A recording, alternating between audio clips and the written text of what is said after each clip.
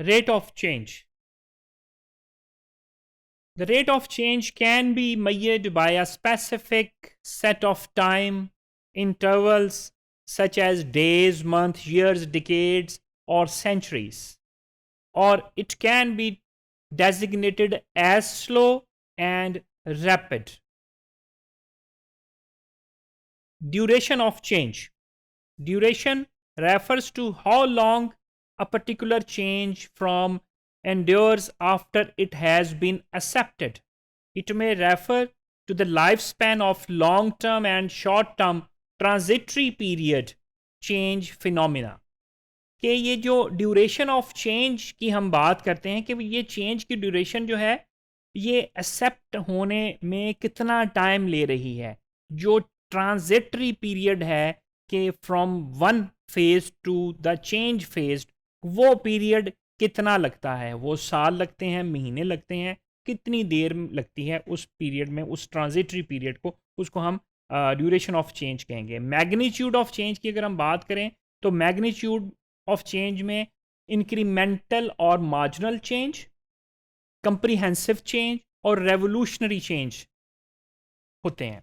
Incremental और marginal change किसको कहते हैं कि change would be those that expand, reduce और otherwise modify the contours of a particular norm और behaviour without altering or repudiating its basic substance और structure.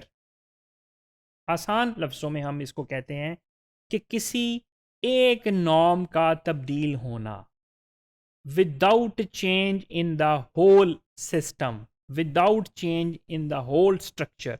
किसी भी एक नॉर्म के तब्दील होने को हम इंक्रीमेंटल या मार्जिनल चेंज कहते हैं.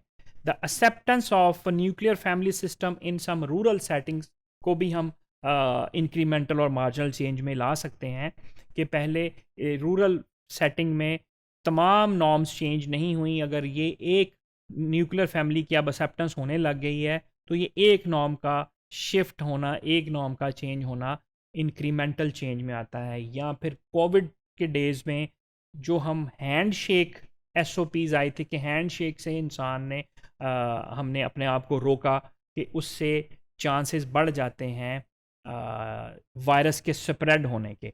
उस हैंड शेक प्रैक्टिस जो हमारी नॉर्म्स है, हमारी वैल्यूज़ में शामिल है, हैंड शेक और गले मिलने की प्रैक्टिस, उससे हमें रोका गया और हमने अपने आप को उससे रोका कि हम किसी तरह के वायरस फैलाने का बायस ना बन जाएं.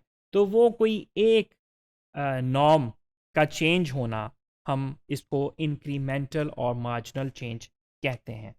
कंप्रीहेंसिव चेंज की जब हम बात करें तो माइट रिप्रेजेंट द ये बेसिकली कंप्रीहेंसिव चेंज हम उसको कहते हैं कि जो डिटेल चेंज हो गई, आपकी सारी चीज़ों में तब्दीली आने को हम कंप्रीहेंसिव चेंज कहेंगे.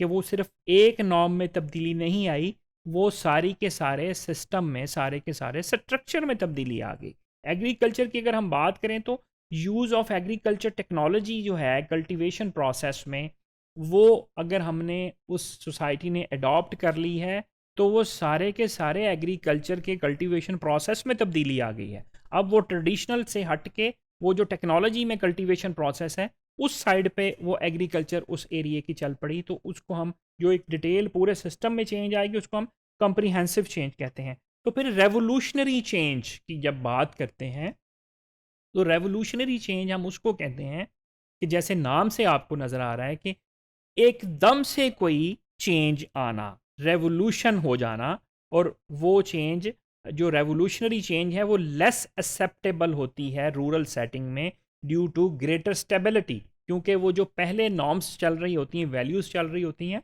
उनकी स्टेबिलिटी बहुत ज़्यादा होती है. इस वजह से जो भी रेवोल्यूशनरी चेंज आती है उसकी एक्सेप्टेबिलिटी बहुत कम होती है.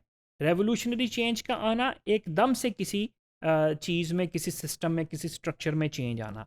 लेकिन ये याद रखें कि रेवोल्यूशनरी चेंज जब भी आती है, जैसे हमने बात की कि चेंज इरिवर्सिबल होती है, इरिवोकेबल होती है, इररेजिस्टेबल होती है, लेकिन रेवोल्यूशनरी चेंज रेजिस्टेबल चेंज होती है और ये इसका लाइफ स्पैन जो होता है वो बहुत थोड़ा होता है, ये थोड़े मुद्दत के लिए ये चेंज होती है, उसके बाद ये ख़त्म हो जाती है चेंज, वो वापस अपनी पोजीशनिंग पे, पहले वाली पोजीशनिंग पे चीज़ें आ जाती हैं।